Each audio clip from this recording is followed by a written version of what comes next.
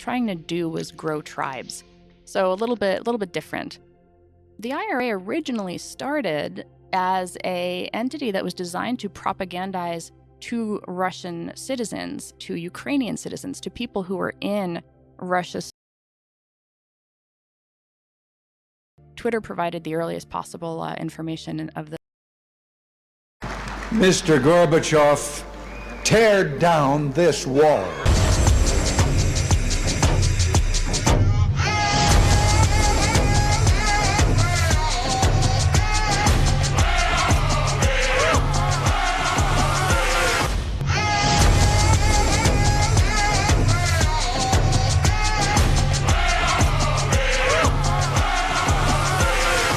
They never stop thinking about new ways to harm our country and our people, and neither do we.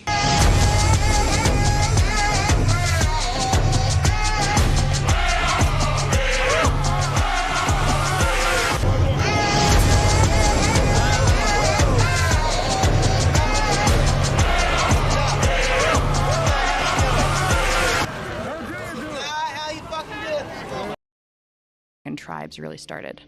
This precedes the election, right? So this precedes Trump's plausible candidacy, and there was still this goal of amplifying tribalism in the U.S. Yeah, so the goal was to create these. So this was a long game. This was not a short-term social media operation to screw around with an election. This was a long game to develop.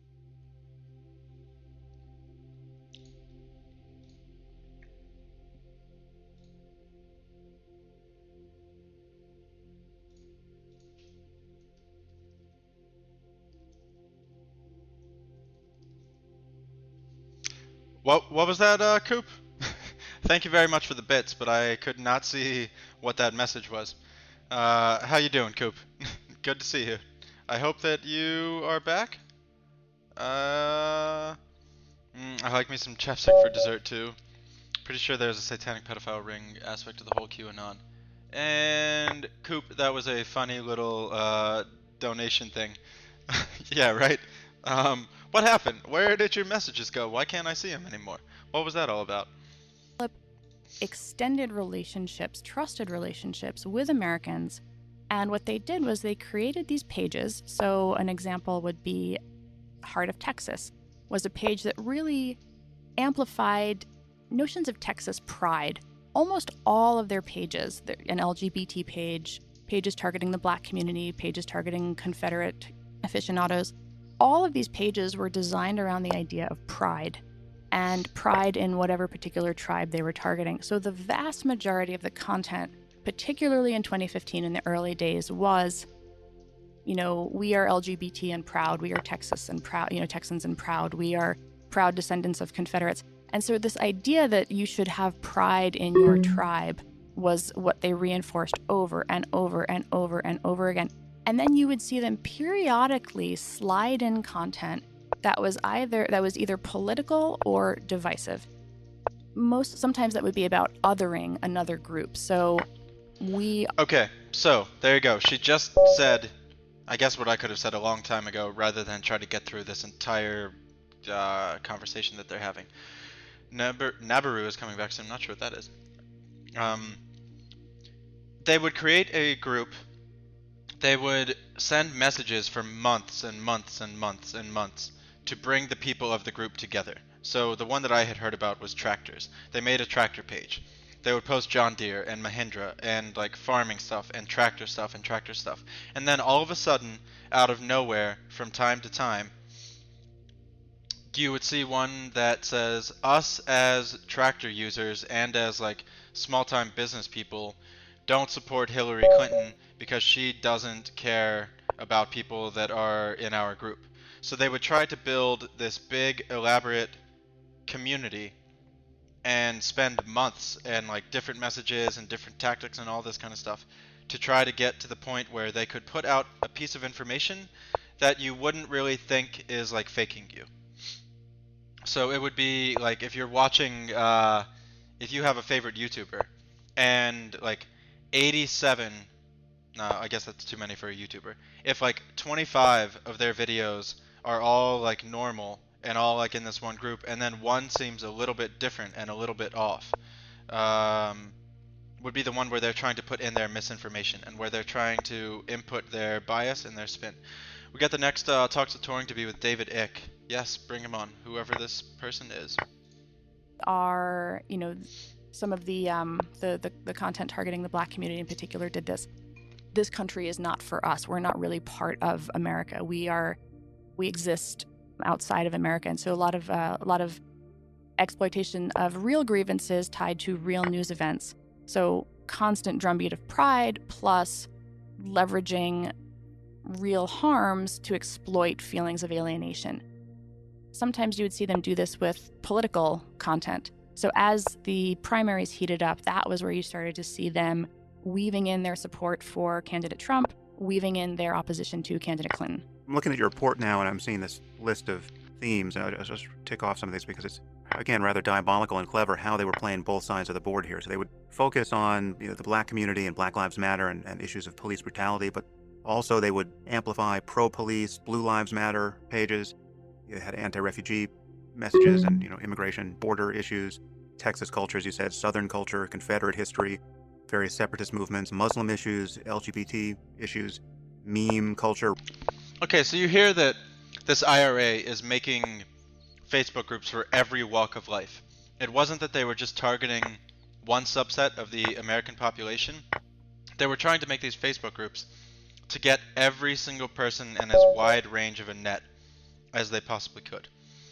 Can we get a Touring News sponsored brand of monatomic gold? I am accepting sponsors right now. So Touring News is accepting sponsors. I would like to be sponsored by Osprey. No, not the Irish Republican Army. It's the intelligence arm of Russia. Yeah, it sounds like IRA would be the Irish Republican Army, but it is not that at all. Makes you more physically sensitive. It's how the Egyptians used their mind beams to build the pyramids. Nice. So yeah, we are accepting sponsors. Osprey backpacks. I would take a sponsor from Osprey. I would take a sponsor from SteelSeries. So I use the SteelSeries headset. And that's one I bet you I actually will be able to get sooner rather than anything else. I would think that I can get like a little code for, use code Touring News if you get a SteelSeries headset or something like that.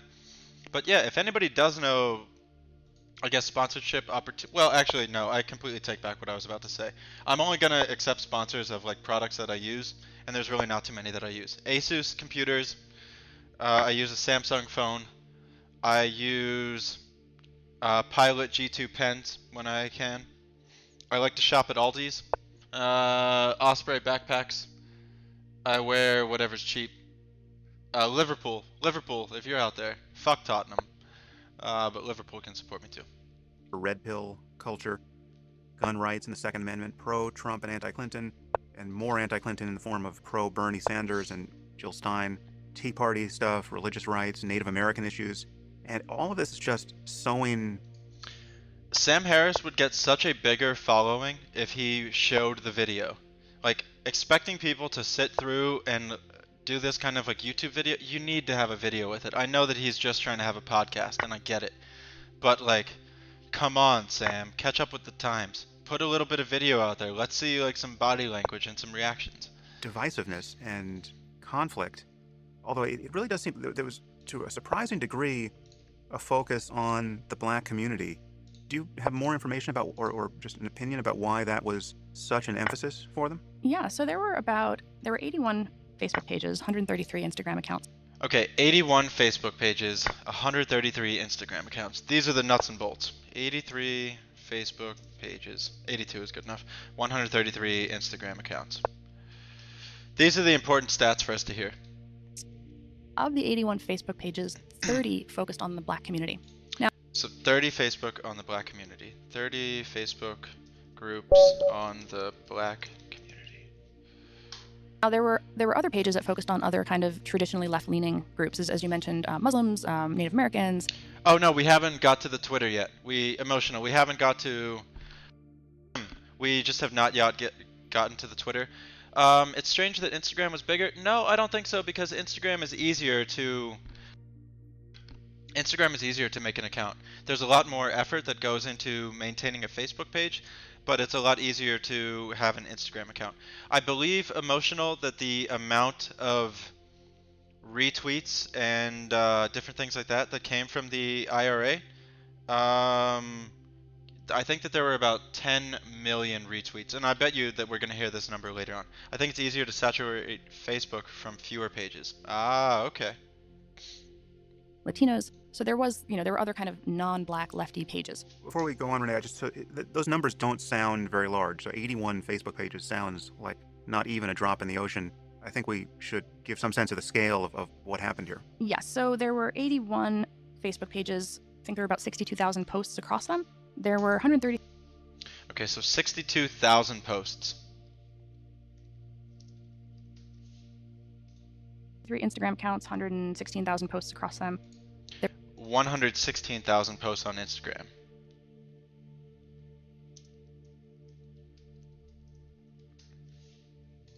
There were about 187 million engagements on the Instagram content and another 187 million engagements on Instagram. So what is an engagement? I don't know what an engagement means. Would that mean that it has to be either commented on, like, could an engagement be, oh, a view? A view is all an engagement is. Okay, so it just means that their stuff was seen 187 million different times. So it's like, I mean, it's hard to, well, I mean, I guess we could do the math. What's 187 million divided by 116,000? You could figure out how many, if anybody wants to do that kind of math, to figure out how many views per, or average it was. 75 million engagements on the Facebook content. And an 75, oh, there she goes. engagement is like a like or a share or a comment. The pages to Okay, so it is like, share, or comment. It's not just view. No, it isn't just view. It's only like, share, or comment. She just said it there. Like, share, or comment is what an engagement has to be. I am screwing up by having her speaking so fast. I can't even take notes. Thank you, Cindy. to be totally clear here, they had what I would call like a long tail. Like 20 of them were successful enough that they had, in the hundreds of thousands of followers. And then a lot of the remaining. Okay, so right there, they had a couple that were very successful with hundreds of thousands of followers, which would have elevated that, that low number. If they have a few that have like that many, then it's going to be a lot easier for those to share. The long tail was just crap. They were just failed pages.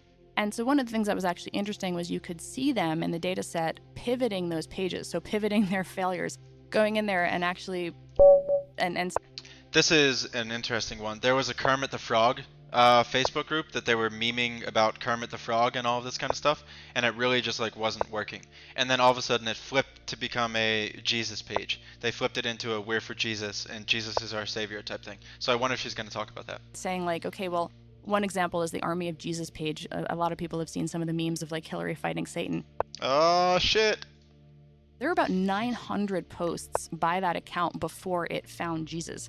It started as a Kermit the Frog meme page, memes of like Kermit sipping tea and stuff, and they didn't seem to get enough traction there. They pivoted it to a Simpsons meme page, and it was, sharing these kind of ridiculous Homer Simpson memes, again, just like messing around with American culture, seeing what stuck. When that didn't stick, all of a sudden it became a religious page devoted to Jesus.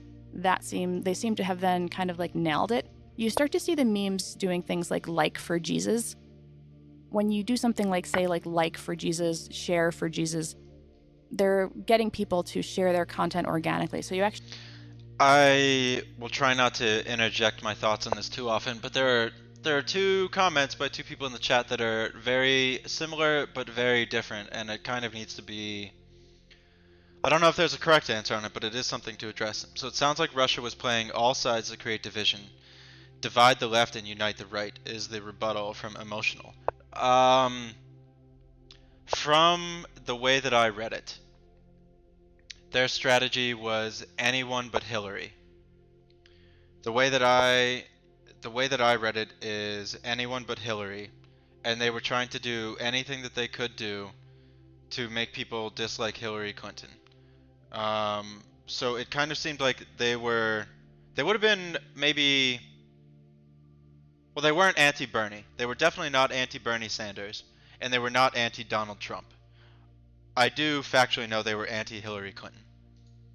Actually see them kind of hitting their stride with standard kind of tactics of social media audience growth with examples like this Army of Jesus account. So it's absolutely true that many of their pages were complete failures that had no lift. But then some of their pages were actually, if you go and you look at the audience reach using things like CrowdTangle and you look at their engagements versus the engagements for other conservative pages or other black media, you do see them kind of popping up in the top 20, top 50 in terms of engagement overall. So when, am I saying these were like the best possible pages for this content for these audiences? No. But what they did do was they achieved substantial success with some of them, and they used their successful pages to direct people to their other pages. So the black community was this was I can't say effectively necessarily,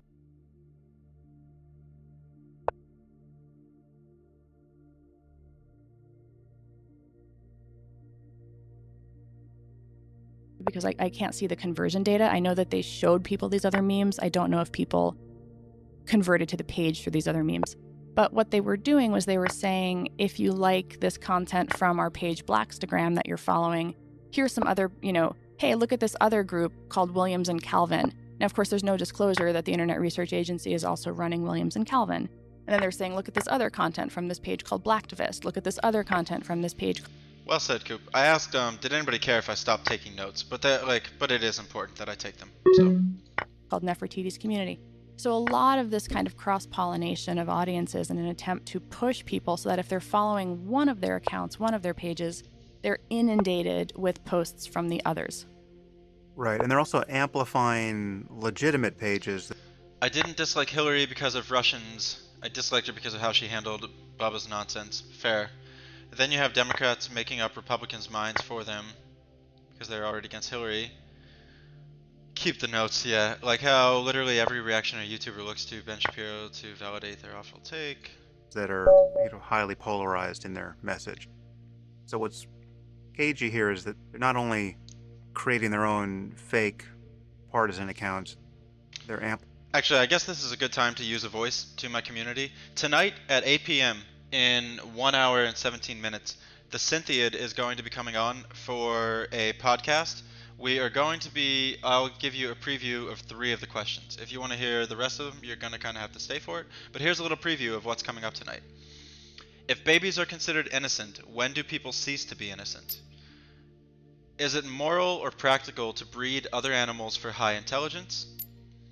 If it was discovered that personality traits were partly genetic and could be removed with gene therapy, would it be ethical to edit out negative character traits that harm others like extreme aggression, compulsive lying, or cruelty? So the Cynthiad sent me 1, 2, 3, 4, 5, 6, 7, 8, 9, 10, 11, 12, 13 tough questions from a philosophical perspective. And tonight we are going to be having a good chat and a good conversation, trying to explore around those. So if anybody can hang around until that time, that is when it's really going to come. Oh, it's going to be right here, Cubics. It's going to be right here on my channel. Cynthiad's coming here with me. He's coming over. They are coming over here with me. And they are going to be hanging out. amplifying the extreme fringe, both right and left, of real partisan accounts. Yes, so sometimes they're amplifying it and keeping the brand of those pages. So you see them sharing content from Turning Point, for example, on the right. Other times they go and they take Turning Point memes and they slap their own logo on top of it and just on top of it and just kind of pretend it's theirs. So they're doing this combination. Getting content that they see getting content clipped on other repurposing it and pushing it out. Other times they're just amplifying the other page. Sometimes they're even particularly in the tagging the other page, probably in hopes that they're going to then get amplified and shared. We did see, I think it was the other 99%, I think, shared a few of their memes related to their Black Lives Matter page. So in an election that was swung by something like 70,000 votes, tens of millions of impressions or engagements, seems potentially significant. Why the focus on the black? I think that the way that he did that question is a little bit pushing a narrative. I don't think that this is a very objective question. Lives Matter page.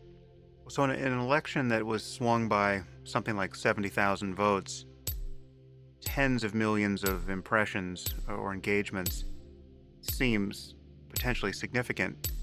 Why the focus on the black community? Was it just to suppress a reliably democratic voting pool for the election, or was there you have more thoughts about how that played a role specifically with the election? Yeah, so related to the black community in the election specifically, again, so they had these long developed relationships by this point, a little over a year maybe, related just to pride and culture. And then you would see the way that the language that they would use was, as black people, we can't vote for Hillary Clinton. So in other words, we've created this tribe, we've created this community as 500,000 people on the page. There's thousands and thousands of comments every day. Presumably, I can't see the comments, that wasn't the data provided, but presumably these people are engaging with the page and, thinking that this is a real black media, black community page. And so it's framed as black people, we can't do this. And so the suppression narratives were around opposition to Hillary Clinton. So I would say this wasn't so much pro-Trump as anti-Clinton. They were pro-Trump, but they were universally anti-Clinton. So even on the left, the content was anti-Clinton. And so the narratives to the black community in particular were, this isn't our country, we need to sit this one out. White politicians don't care about us, and we should be voting for Jill Stein if we vote for anybody. And they actually would point to the fact that... I need to rehear that part. By Clinton. And so the narratives to the black community in particular were, this isn't our country, we need to sit this one out. White politicians don't care about us, and we should be voting for Jill Stein if we vote for anybody. And they actually would point to the fact that, a couple times they pointed to the fact that I believe Jill Stein had an African-American VP candidate. So they would occasionally, try to go that angle, but most of the time it was just anyone but Clinton. Right, so it was voter suppression on the left that made sense of this. Did it precede the election by... Cubics, have you found this to be, useful at all to you? Or, has any of this information been, one, new to people, or two, useful? I'm not saying, to type numbers or anything, but is anybody benefiting from this at all, or is this just kind of a wash and a waste? I personally like Candace Owens and Brandon Tatum. I know who Candace Owens is. These runes say I think that Candace Owens gives herself... She forgets that she's exceptional. She is a person who thinks that, regardless of whatever situation, you come from, we all have...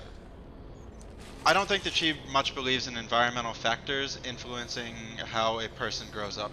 She kind of seems to think that as long as you just, focus and, do your shit, that you can persevere over whatever other external forces are in your life. So I think that she sometimes discredits the amount of amazing that she's done in trying to defend that it's not hard for certain ethnicities or communities or class levels to get forward in the United States. I've found that she's a little bit... She discredits how hard she worked and how she's kind of a 1% person that made the amazing part. The other person, Husky, Brandon Tatum, I don't know anything about. That is the only thing that I can about that. Emotional. Well, I see which side of the aisle you're on. I was where some of this breakdown. Nice. 5 years, the focus on the black community. Did it roll all the way back to the beginning of the data in 2015? The earlier stages weren't targeting the black community. The earlier stages were going more for the religious communities on the right. I think that they possibly just found that easier to work with, easier to get lift from. The theme there was really anger. It was just profoundly angry content. It was grievance. They kind of turned on their pages somewhat sporadically. They would also turn on pages in response to events. So, for example, let's talk about the WikiLeaks data dump. So as you mentioned at the start, the GRU had this hack. They had these emails, and they laundered the emails through WikiLeaks. They gave them to WikiLeaks. And WikiLeaks was, doing these kind of drips. So what the IRA would do, the social media arm of this operation, was they would socialize Julian Assange a couple weeks before a dump. So they would talk about how trustworthy he was and what a freedom fighter he was and how he was really doing the work of exposing Clinton and the Democrats as the horrible, warmongering criminals that they were. And so they would push out these narratives about Assange to the black community, the left community, and the right-leaning community. The right-leaning community, of course, had already bought in. They didn't have to do very much work there. So they just worked on, amping it up and creating rage. And you saw this a lot on Twitter, really pushing hashtags like spirit cooking and some of the more conspiratorial stuff. Really going after Comey on Twitter also, and particularly as they became irate that he wasn't, indicting Clinton for her emails or whatever. But the socialization of WikiLeaks, you see them leading into... I'm just going to diffuse tension before it even arises. I don't think Emotional 2002 does love Ben Shapiro. And Husky, you are the resident conservative in the channel. Some things that I like about Ben Shapiro. I like that he does have a website that he speaks about the things that he thinks he's messed up before. I think that that's pretty awesome. I'm gonna have a weird stance probably on this one. I watched his most recent interview with Andrew Neil, and I actually kind of thought some of the questions from Neil were not phrased very well. Do I think that Shapiro handled himself well? Not at all. Do I think that he could have done a much better job? Yeah, I think that he could have. Do I think that it kind of exposes him because he uses those tactics on college crowds and things like that? Yeah, I think it does. I think that he might learn after that interview that some of his interview and conversation tactics aren't really appropriate or approved kind of in the general public discourse. But I don't know. I feel that Shapiro comes from... He thinks a lot about his positions. He really believes that he's being just a true Jewish conservative. And I can't fault him for that. Do I agree with all of his stuff? No. But do I think that he's, okay for that other side of the aisle? I haven't seen the reason to vilify him. I don't watch his dunk on videos, and I don't watch all that kind of stuff. I've seen him on a few different places. I saw him with Sam Harris. I saw him with Rogan. I've seen him in a couple of his interviews. I don't watch his dunked on clips or all of this kind of stuff. So maybe I need to learn a little bit more about the gentleman. The dump, creating this base of trust for Assange, and then when the dump comes out, they pick it up and they amplify it. This also included things like games, like Pokemon Go, right? It was not just bots and fake personas on social media.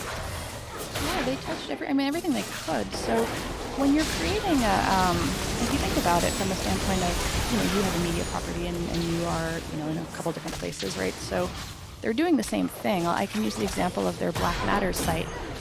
Black Matters wasn't even one of their most successful, but it was one of the few where they made the effort of creating a website for it.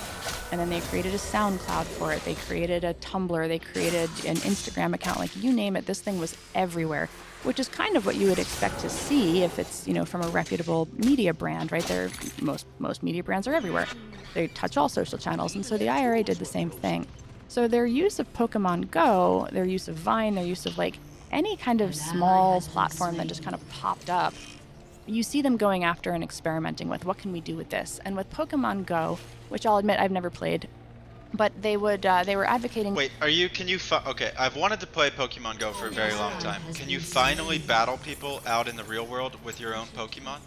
Is that, because I thought it would have been so cool that you can go out, you can hunt, and then if you pass by another Pokemon hunter, you can be I challenge you, Ash Ketchum. If you can do that, then you might start seeing some Pokemon Go streams, which is why I didn't like it at first. Yeah, if that's done, then it sounds like it's a real game. Because you couldn't fly. Yeah, I agree. After Black Youth lost to gun violence, and they were promoting this, take pictures of it, take screenshots, whatever.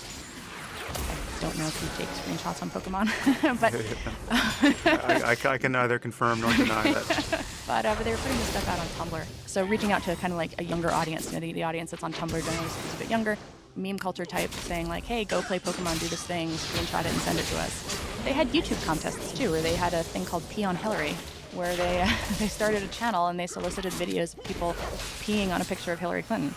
And, you know, the YouTube data set had some of that, so... This is pretty funny. Do you hear this part? They had a thing called Pee on Hillary, where they they started a channel and they solicited videos of people peeing on a picture of Hillary Clinton. And, you know, the YouTube data set had some of that, so there you go, right? All sorts of One has to social media picture stuff. it's basically the equivalent of a comedy writer's room in Hollywood, just having fun all day long trying to screw up democracy. I'm sure they had a grand time. I mean, I don't know if you want me to go into this, but a lot of the stuff that came out in 2017, so after the election, was them screwing around with the idea that anyone could possibly think Russia was involved.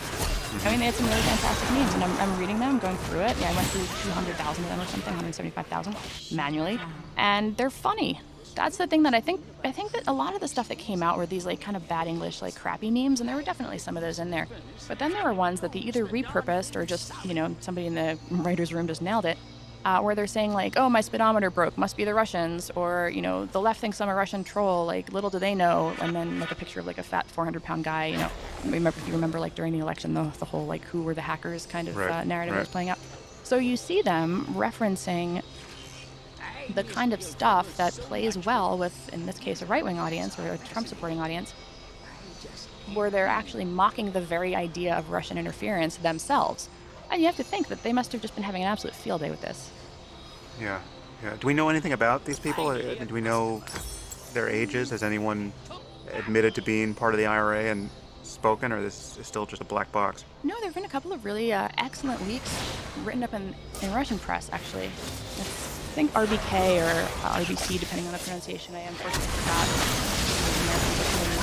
There was a really great article where a couple of trolls leaked what they had done and just talked about. They make it sound like a, you know, social media, like a social media intern's job almost. Was like, well, we had. Be careful, Husky. They're going to be coming after you. They are going to come after you. Thank you, everybody that's out there hanging out, lurking, whatever you're doing. I appreciate it. Make sure you do this. A quota. This is how many posts we had to hit. We had to get this many responses. Yeah, I saw it change 2 or 3 times right around May.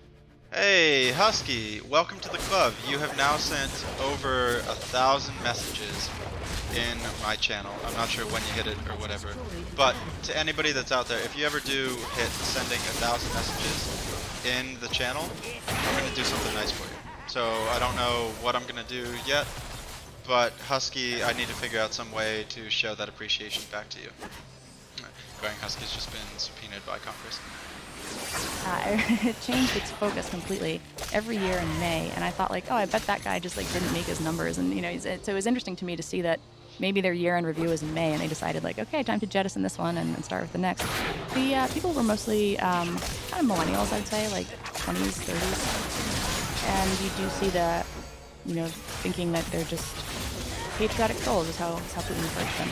Yeah, and you have examples of ever. And how does this stop? What basis for hope do you have now, having analyzed this? I think that one of the things, my kind of takeaways, the things that really made me stop and say like, oh my God, were actually the posts targeting individuals. So I think I included some of them in there. The one about if you're having a problem with masturbation, call our hotline or DM us. There was a lot of stuff like that. DM us, right? And that's where you realize like this wasn't just some meme shit posting. This was like an intelligence operation. So they were exploiting individuals, and so you see them reaching out to individuals to bring this operation into the real world. So one of the things that they did was they created events and they created protests, and they just fabricated protests out of nothing. There was an event in Texas where they had a pro-Muslim and a pro-Texas secession demonstration on the same day in the same place, literally across the street from each other, and they managed to conjure up these protests even though like no human being was actually in charge, because they put up a Facebook event, they got people on their page to like it, say they were going to go. People showed up. Yeah, they're real. Sorry, I am doing some work in the background. That's why I wasn't send in any messages. It looks like we're getting another guest to come on at some point called Moonfish. So he and I will be having a conversation at some point in the future. Realize nobody's in charge and nobody's there, but by that point you have two kind of conflicting groups, literally with signs on opposite sides of the street. And if you go and you read the Texas news from that day, there was kind of like a... With Moonfish Husky. I don't know Moonfish. small skirmish. So they're doing things to get this out of the online world and get this into the real world. They were selling merchandise. So you could wear your tribal affiliation literally across your chest with these big, bold Blue Lives Matter, Black Lives Matter type of materials that they were... Oh yeah, I guess that's still up there. I should. Okay, so here's the part about that. So IRA, the intelligence arm of the Russians, had a contest called Pee on Hillary, soliciting videos of people peeing on Hillary Clinton on YouTube. And then we'll get past that one. That they were producing and selling. And presumably, the second order effect of that, you get some money from the sales, you gather some information about your customers, you can retarget them online if you sell it through your site. There's so many different layers to this in which they were going after people and manipulating people. And that's where I think My bad. it's not just I showing always people some fucking do. memes. I've been It's working on actually what do you videos do when you like realize this. that infiltrating got activist that communities is the intro whole that goal. maybe someone And uses. it has been a goal, of course, of Russia since the Cold War. This is not a new tactic. It's just that now we're able to do it kind of even more remotely. You don't even have to send a spy and do it in person. You just communicate over Facebook DMs and we've seen some of these come out. I didn't have any Facebook Messenger data in what I looked at, but you see it in the Mueller indictments and in the Eastern District Court indictments, where they're actually like laundering ads through people now. And they're saying, hey, I lost my Facebook ads account. Listen, could you run some ads for me? Or, hey, I want to teach self-defense classes to black people so they can be protected at protests. Our page Black Fist is looking for a fitness instructor. Can you do it? And they actually find some guy who, is like, oh yeah, fitness gig, sure, totally. And does it and is receiving PayPal payments from someone in Russia. The fuck? So this is where you start to see, this is not just a challenge of like, can social media find inauthentic accounts? This becomes like, how are activist communities, how are people who are kind of inherently tribal thinking about the people who are coming into their community and trying to nudge things in a particular direction? That's where I'm actually afraid of the denial, the people who think that this is all made up and all, this stuff that happens to other people, because we need that vigilance, since this is much more than just a media problem at this point. Yeah, so it's really information warfare on some level. I don't think that's too strong a word for it. I mean, it's like when you think of what the goal is, what is the actual intent? How much division would they want to provoke in our society? There's basically no limit to that. Let's just light matches everywhere and see if something will burn. Do you have a sense of what the path forward is here, apart from whatever social media can do to get its house in order? I'm glad you think of it as information warfare also, because for a long time I think that I would say that. I wrote an essay called The Digital Maginot Line where I kind of alluded to this, actually, the idea that the adversary sees it as information warfare. So I don't think that we're doing ourselves any favors by pretending this is just some peacetime governance problem where social media could moderate a little bit better, because that's not what this is. And I think, I've been encouraged by Senator Warner from Virginia. He's the ranking Democrat on the Senate Facebook, Intelligence Committee. Twitter, And, whatever, he's put out a is gonna number be able of to calls to promote regulate social media on a algorithms variety of to axes. Privacy, monopoly, there's a couple of different areas that he and others are looking at. decide what's Regulating true ads, and what's being more regulating disclosures of who's paying for the ads, looking at things like, are there, what can we do to regulate the social platforms? But I think a lot of what we're doing is we're still thinking about this as there's this broad bucket of complaints against social media, much of which is deserved. But the challenge... Glaring Husky, that is correct. Yes, that is correct. What is the You can see, purpose of well, life? there's a little bit of noodles on my computer, but this, yes, it is just a bowl of noodles with some salt and pepper. I did, okay, that's a slight lie. I put in like a teaspoon of butter, but I mean, it's like such a big bowl of noodles that I don't even consider that butter in there being anything. Squirts of, ew, no, I don't eat tomato-based products, or I don't really fuck with tomatoes. I'll eat salsa if I have to, but I don't really like red sauce, and I don't really like tomatoes, and I definitely don't like ketchup. Challenges, how do you get at the information warfare piece of this, where we don't presently have anything that remotely resembles a deterrent? I think you had asked me if we were doing this also, and the answer is I don't actually think we are. I have not seen any evidence of that, and there's a lot of, I'll take you back to the ISIS days where some of the work that I was asked to do was think about how should the government respond to this. And I don't know how many people will remember this, but the State Department briefly had a Twitter account, and it tweeted at ISIS terrorists, and it used this hashtag think again, turn away. And that... Pepper jack cheese. Alright, we'll just get like my little food weirdness out of the way now that there's like most of the people here that ever hang out in the channel. I don't eat any condiments. I don't eat ranch, mayo, mustard.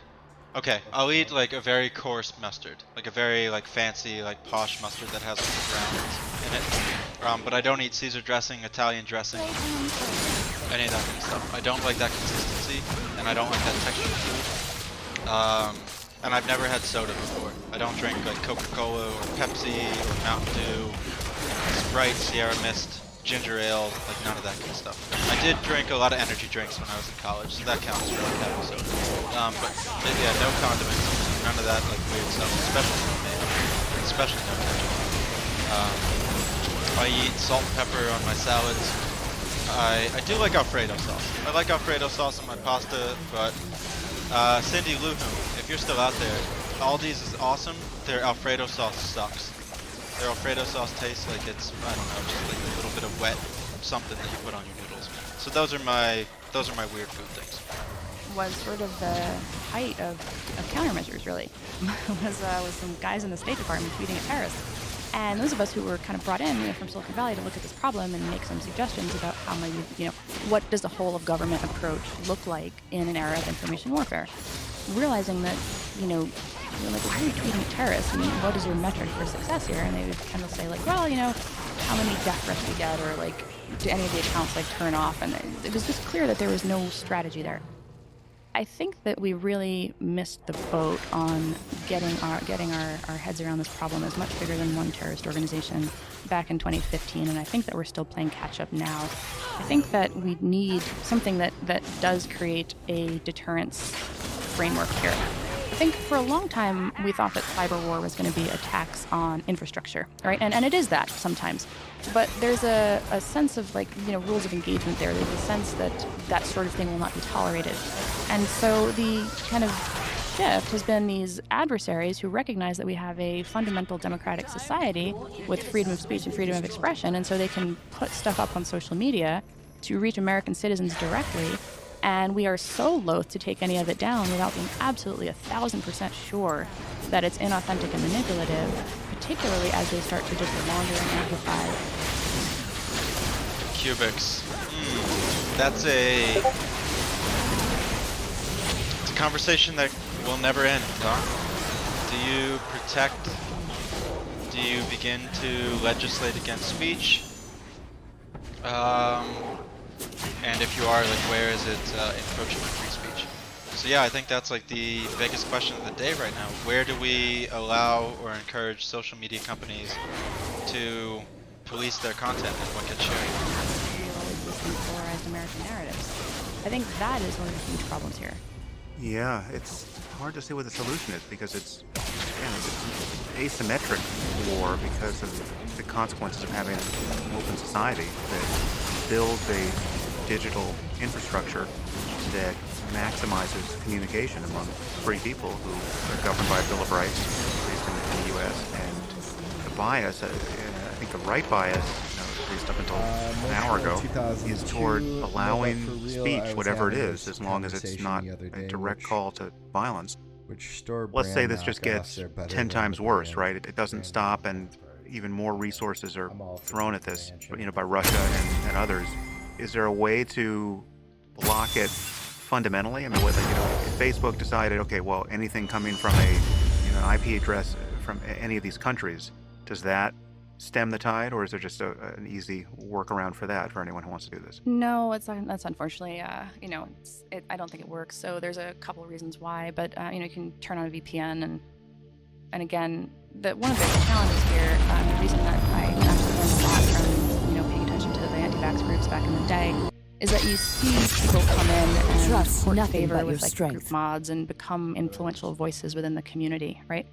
And so one of the challenges, particularly with the evolution of this stuff, is that I think that, they've lost a lot of their pages. That particular MO is kind of burned. We know what to look for now. We know what they go for. We know how they do it. But there are these huge kind of cognitive vulnerabilities where people in groups, you see influential voices in there pushing people in particular directions because of a bias, because of a shared affinity, because of a political camaraderie. I think that there has to be... I can answer that. I think that everyone just makes their own opinions, but our opinions are shaped by our surroundings. So, I mean... Yeah, I mean, I think everybody does form their own. Oh, okay. Okay, there is a second part. Instead of basing their entire personality on what someone with 100k followers says. Well, okay, so you're getting down to Cynthia. Are you out there right now? Cynthia, I know identity politics is your favorite thing. And emotional. I think that it's a two-way street. I think that there's a lot of people who identify with the person that they follow, to your example. I think that there's also other people out there that could see that if I follow this one person, they associate everything I do in that way. So like I could say one thing. I'll use like the Jordan Peterson like example or whatever, just because it's like a really like hot topic that people can use right now. I think that there is a little bit of a good message to take from Jordan Peterson, and I did take it. I heard some of his content in, I think, November of 2018. I literally just heard the clean your room part, and it was nice to me. Now, I don't support everything of Jordan Peterson. I don't even know everything about Jordan Peterson, but I did take away like that one little part of it, and that one little part is useful to me. But if I say that in the wrong community, if I tell people like the clean my room thing helped me, I'll be mocked, derided, categorized as a Jordan Peterson supporter. People are going to think that every single thing that I do because of him, etc., etc., etc. So I think that it's both sides of the coin. One, like we attribute to other people the people they associate with. We don't allow them to have their own identity. And two, like you said, there are other people out there that do just want to jump on a team, jump on a bandwagon, be a part of a tribe, be a part of a unit, be a part of a community, be able to dogpile, be able to have group unity, be able to have followers, be able to like fit in. So I think that a part of the breakdown as to why people so much identify with the ones that they follow is because it's harder and harder to make real communities in like your neighborhood. Maybe you're having to move all the time for work, or maybe you're having to rent and you're moving different cities and work all the time. But I think that there's a lot of impediments perhaps keeping people from forming the old communities like they once used to. So now we try to identify with people on Instagram and on YouTube and on Facebook. Some form of education. This is something that I've seen, I had some time, I got invited to Stockholm and to Tallinn, Sweden and Estonia this year, where they've been dealing with foreign propaganda much more kind of in your face, much more directly for a long time, particularly Estonia, which has, I think, 25% of the population is Russian speaking and receives news from Russian media. And they are much more proactive about educating their citizens as to what propaganda is, what types of news are reliable. Even me saying what types of news are reliable, I'm sure there's some segment of people listening out there who are thinking like, well, the mainstream media is not reliable and the government's not reliable. And so this is where just saying the words media reliability in the U.S. it becomes like the trolls come out to tell you that you're a statist or you're God knows what else, and you're silencing the free press or that citizen journalism is the future. And I really do understand the media credibility problems, but at the same time, this lack of trust is the fundamental problem that I think we have here that I haven't seen in other countries that appear to have dealt with this better, like Sweden and Estonia. I think that Renee just hit on something very important right there. If we continue down the path of not being able to trust the media or trust the government, that's not safe. It can't be continued, it can't go on forever. You cannot have a country that doesn't believe their media or their government. I mean, it's just going to collapse upon itself. So, it's important that we do hold to task the media institutions when they're wrong. I think it's okay to give them a pat on the back when they do something right. So, I think that along with providing constructive criticism, we should encourage and shout out the people that do good media work and good journalistic work when those times arise. Where the government is regularly communicating out very transparently, these are the sorts of propaganda attacks and influence campaigns we should be aware of. Do you think it really falls to each person to just ramp up their notion of digital hygiene and become a more intelligent consumer of information? There's no top-down remedy that can be relied upon? Well, I think that multi-stakeholderism can do something, right? I think that, again, this is another suggestion that people are often deeply uncomfortable with, but I believe it works, which is information sharing. I think that the platforms have to be in communication with the government. In the post-Snowden era, that, just saying that out loud is Yeah, what did she just say there?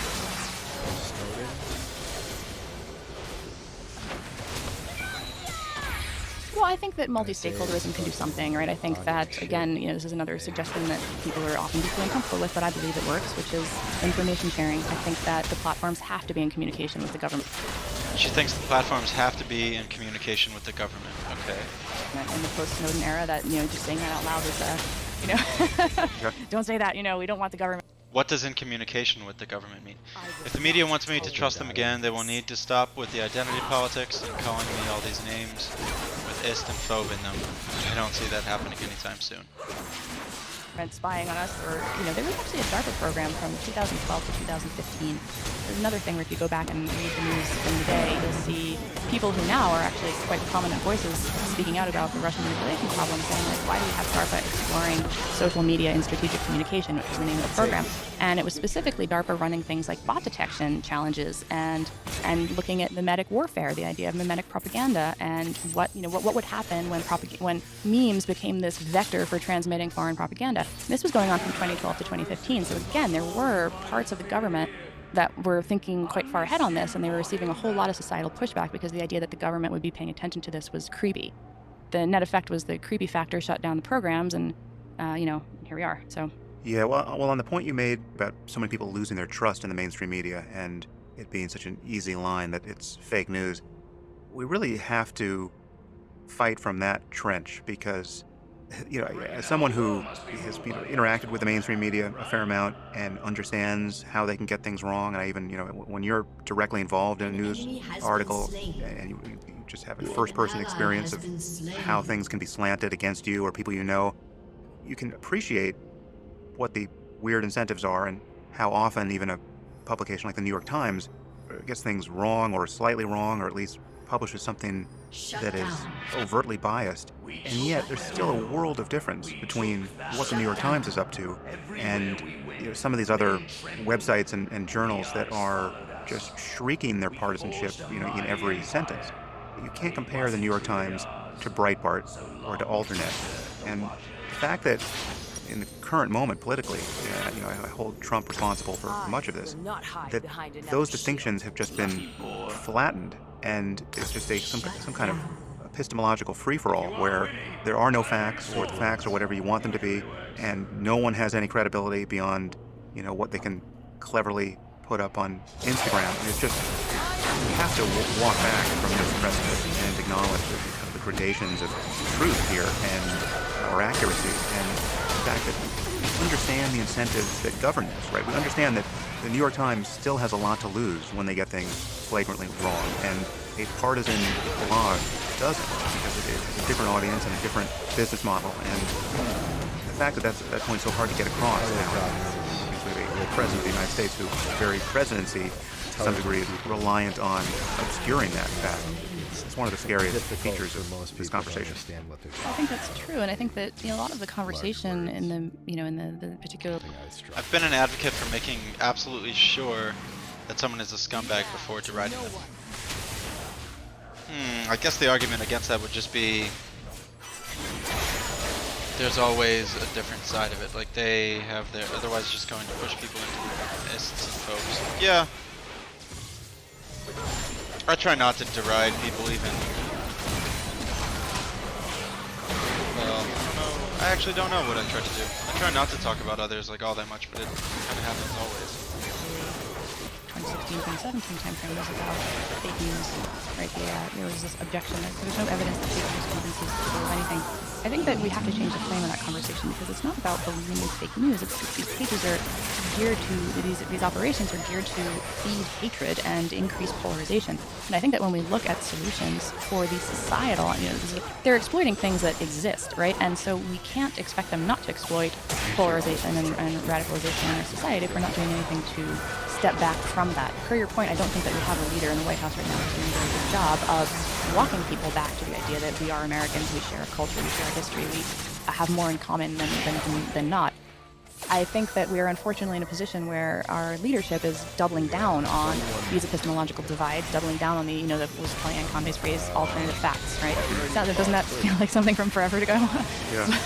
But something 48 hours ago feels like forever ago. It's a crazy relationship to the news cycle that we're all acclimated to. So it seems to me that this issue of information warfare, the issues we haven't spoken about here, we just alluded to, but just, the real-world effects of hacking into our, critical infrastructure. These issues are they have to be front and center in our politics and in our governance, and certainly in the next presidential campaign. The next president of the United States. If someone is a race realist, Trump, I will probably be a plausible call them candidate a Nazi, for that but office. I'm not going to call someone a Nazi. If someone is a race realist, I would probably call them a Nazi, but I'm not going to call someone Nazi just because they have one or two uninformed opinions. I wouldn't say that just because they keep peddling lies doesn't mean I'm going to become the person they claim I am. I'm a proponent of kill them with kindness. Someone calls me a racist, hit him with a smile and watch him get mad. Nice. I like it, Husky. Have to have something intelligent to say about this problem.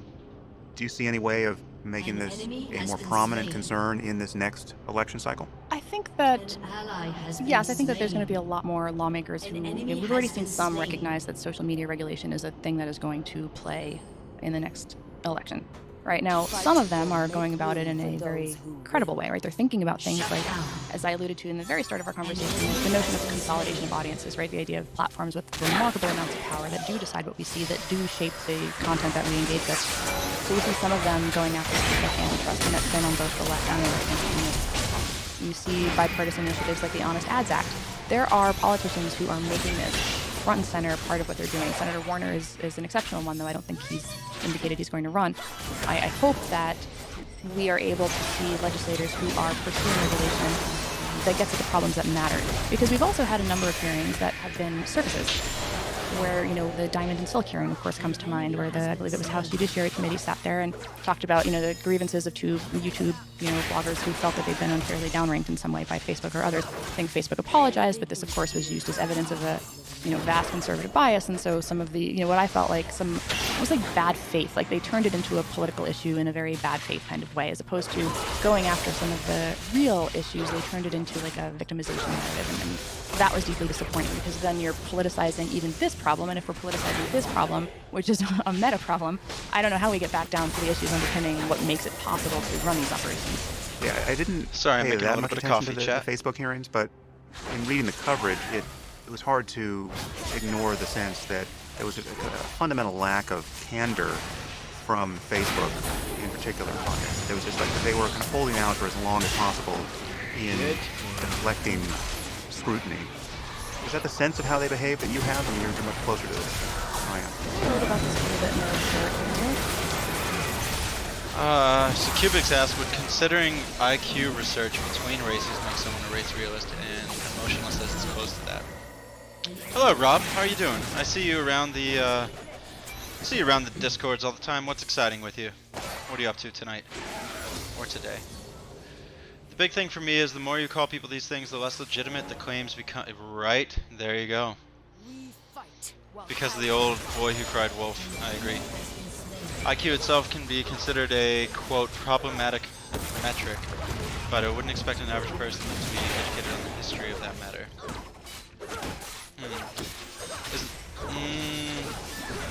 I've heard some kind of thing that the way the test is structured is designed to highlight one type of IQ and not another type of IQ, but that's literally the extent of my nothing knowledge on that topic.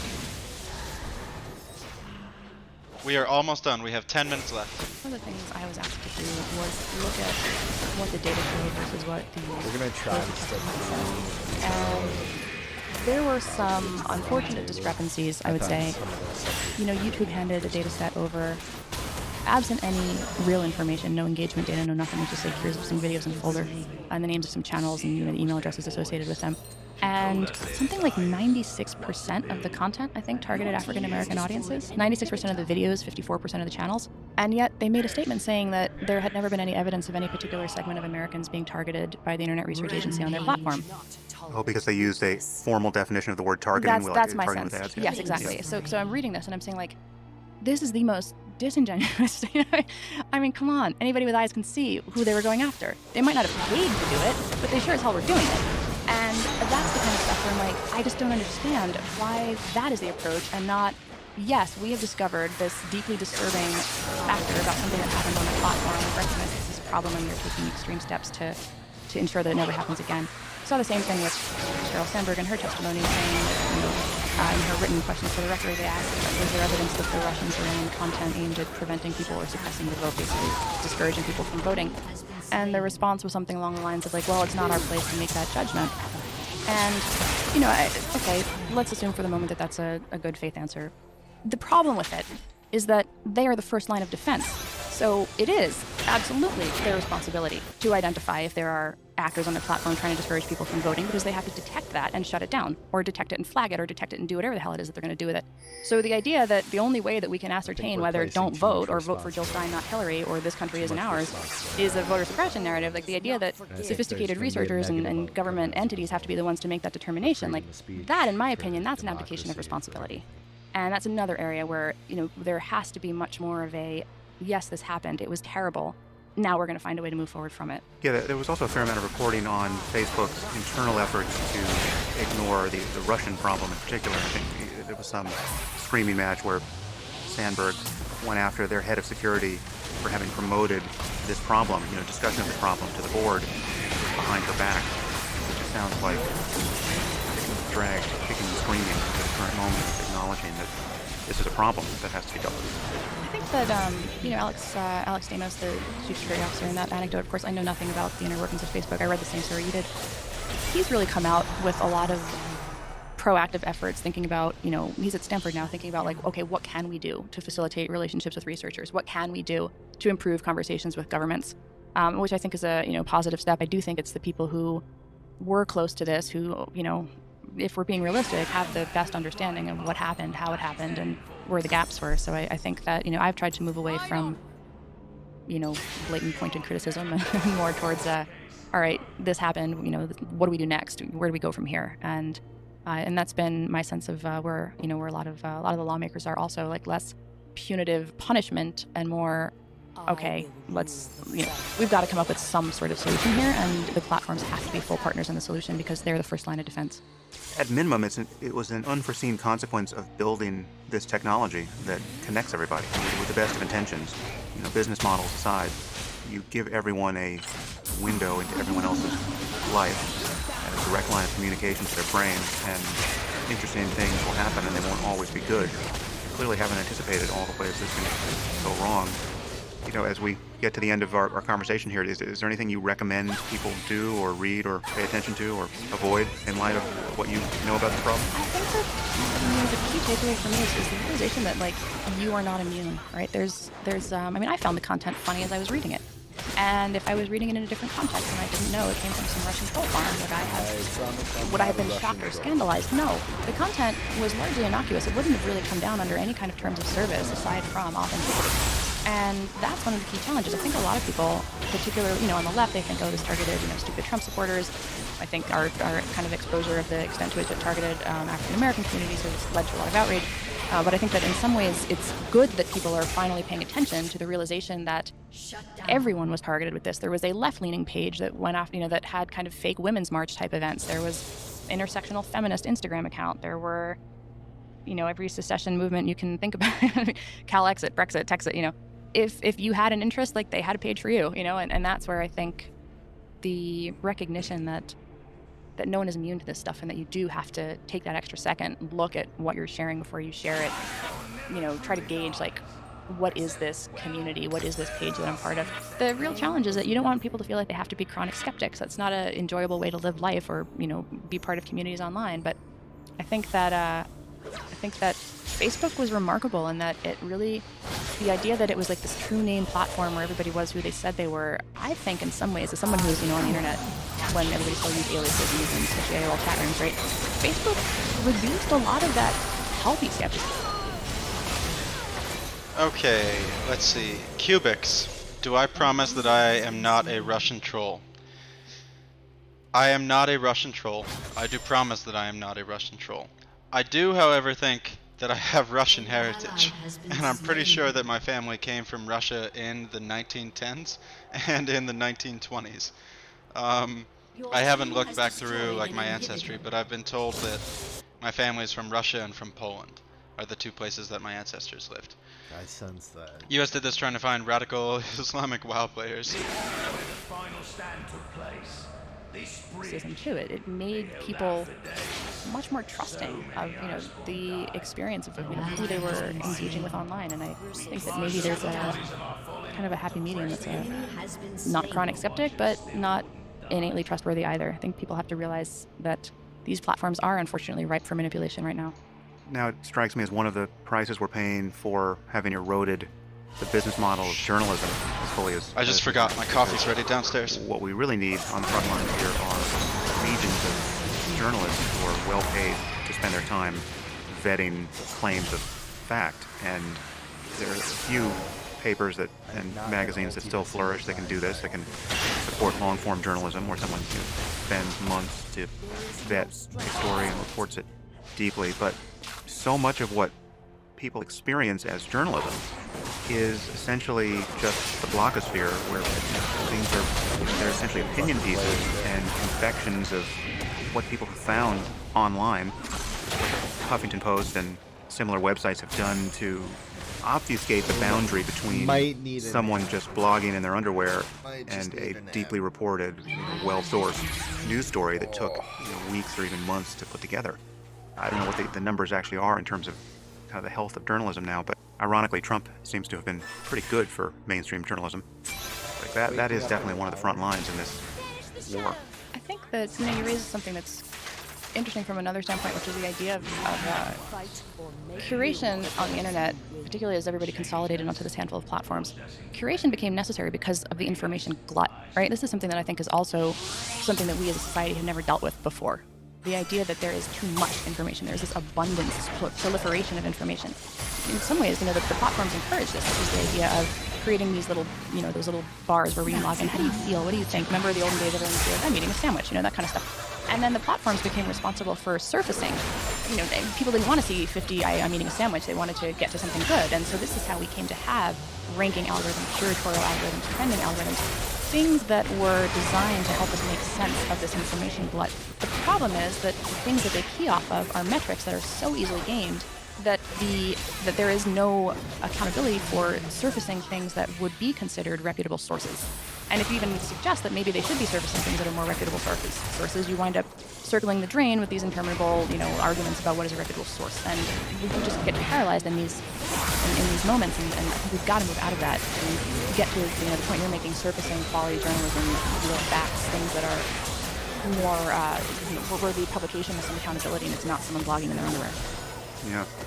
Renee, it's really been fascinating. Where can people find you online? And again, I will post a link to your report, but give your Twitter handle or any other information you want people to have about you. Yeah, I am at NoUpside.